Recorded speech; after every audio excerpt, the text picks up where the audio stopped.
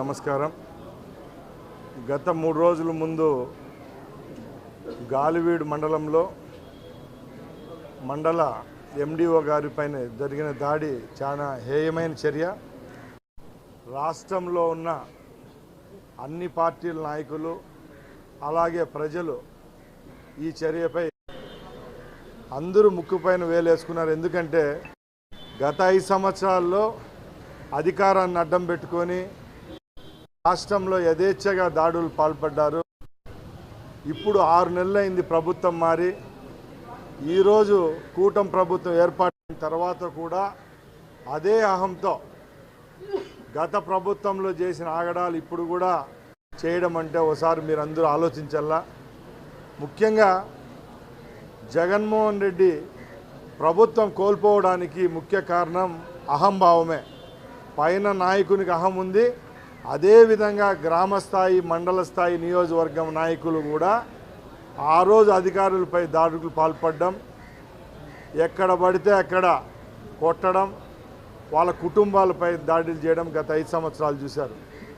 ఇప్పుడు కూడా యథేచ్ఛగా ఆఫీసుల్లోకి రావడం, మళ్ళీ మా ప్రభుత్వం 5 సంవత్సరాల్లో వస్తుంది అని పేకాట మేడలు కడుతున్నారు. మేము ఒకటే చెప్తున్నాం, ఈ ప్రభుత్వానికి ఏర్పాటు కారణమైన వ్యక్తుల్లో ఉద్యోగస్తులది కూడా కీలక పాత్ర ఉంది. కాబట్టి పెద్దలు మా ముఖ్యమంత్రి వర్యులు చంద్రబాబు నాయుడు గారి నాయకత్వంలో ఈరోజు ఈ చర్యను ఖండించాము.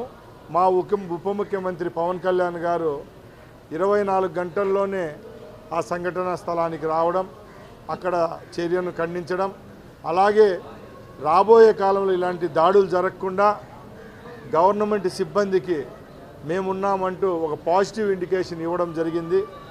ఇది ఫ్రెండ్లీ ప్రభుత్వం. ప్రజల కోసం ఎవరైతే పనిచేస్తారో అధికారులు వాళ్ళందరికీ ప్రభుత్వం యొక్క మద్దతు ఉంటుంది. తప్పకుండా రాబోయే కాలంలో ఇలాంటి దాడులు పునరావృతం కాకుండా మేము చర్యలు తీసుకుంటామని తెలియజేసుకుంటున్నాం. అలాగే ఉద్యోగస్తులకు మేము ఒకటే చెప్తున్నాం, ఇంకా రాబోయే కాలంలో జగన్మోహన్ రెడ్డి వస్తాడనుకునేది ఒక కళ. ఎందుకంటే ఈరోజు మా ప్రభుత్వం ఏర్పాటైన తర్వాత మొట్టమొదటిగా 6-7 నెలల నుంచి పోలీస్ స్టేషన్లలో పోలీసు వాళ్ళకు పని లేకుండా పోయింది. ఎందుకంటే ఎక్కడా సెటిల్మెంట్ లేవు, ఎక్కడ అరాచకాలు లేవు, బ్రోకర్ వ్యవస్థ పోయింది. పూర్తిగా రెవెన్యూను ఆ రోజు నిర్వీర్యం చేస్తే ఈరోజు రెవెన్యూ సదస్సులు పెట్టి గత 5 సంవత్సరాల్లో జరిగిన అన్యాయాలన్నీ ఏకతాటిపై ముందుకొచ్చి ఈరోజు మళ్ళా చర్యలు తీసుకొని లబ్ధి చేయడం జరుగుతూ ఉంది.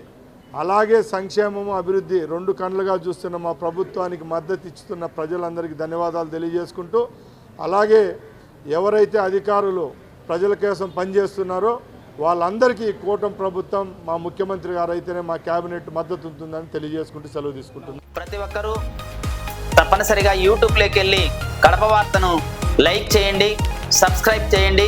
ఇట్లు మీ జి రమణయ్య, ఎడిటర్, కడప వార్త.